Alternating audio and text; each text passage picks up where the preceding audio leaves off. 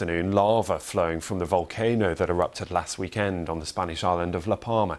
It has now destroyed around 200 homes, and there are fears now that when the lava hits the sea, it could create toxic gases and explosions. Our correspondent Dan Johnson reports now from La Palma.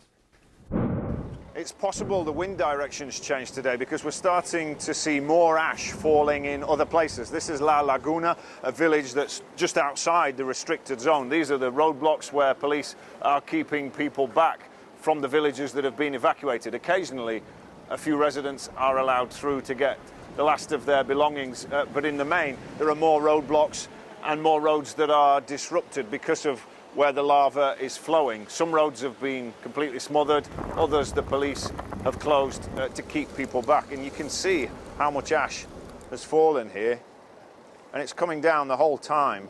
Sometimes really fine volcanic dust, sometimes thicker particles. If I hold out my hand, you might be able to actually see it falling from the sky and landing. And that is happening continuously. That's why we've got the masks, and we've also got eye protection as well. One other problem has been traffic jams because of the amount of roads that are closed.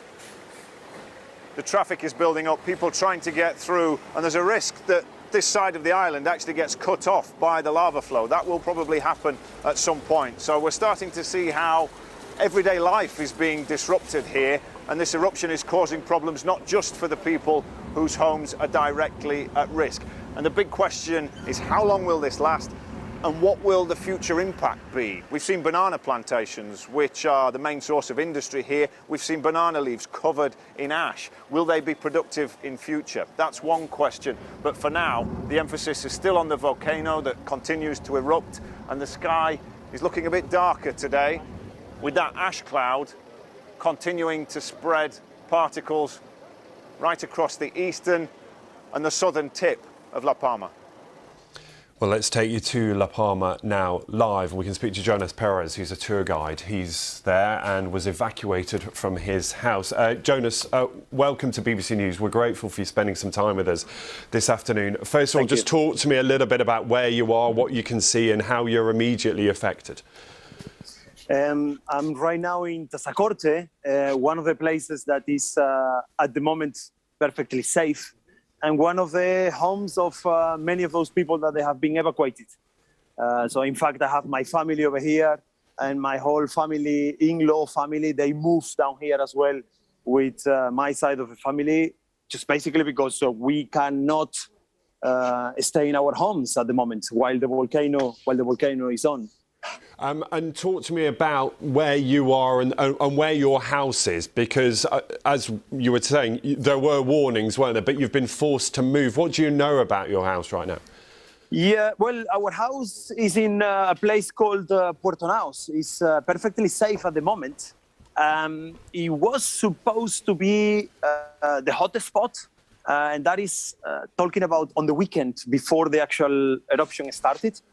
But the eruption started a bit more into the north, and it took loads of people by surprise. At least we knew that something was going to happen, and we already started packing slowly. Yeah. But where the volcano took off, it was in a place that nobody knew. Nobody even guessed that it was going to be there. And loads of people, they had to just run out of their homes because it was just basically above their heads, basically a couple of kilometers away, and is it a dangerous area because there are a lot of houses there, but there used to be, and now it's on the way down to the coast, and it's gonna block one of the most important banana production areas of this side of the island. So it could be quite dramatic.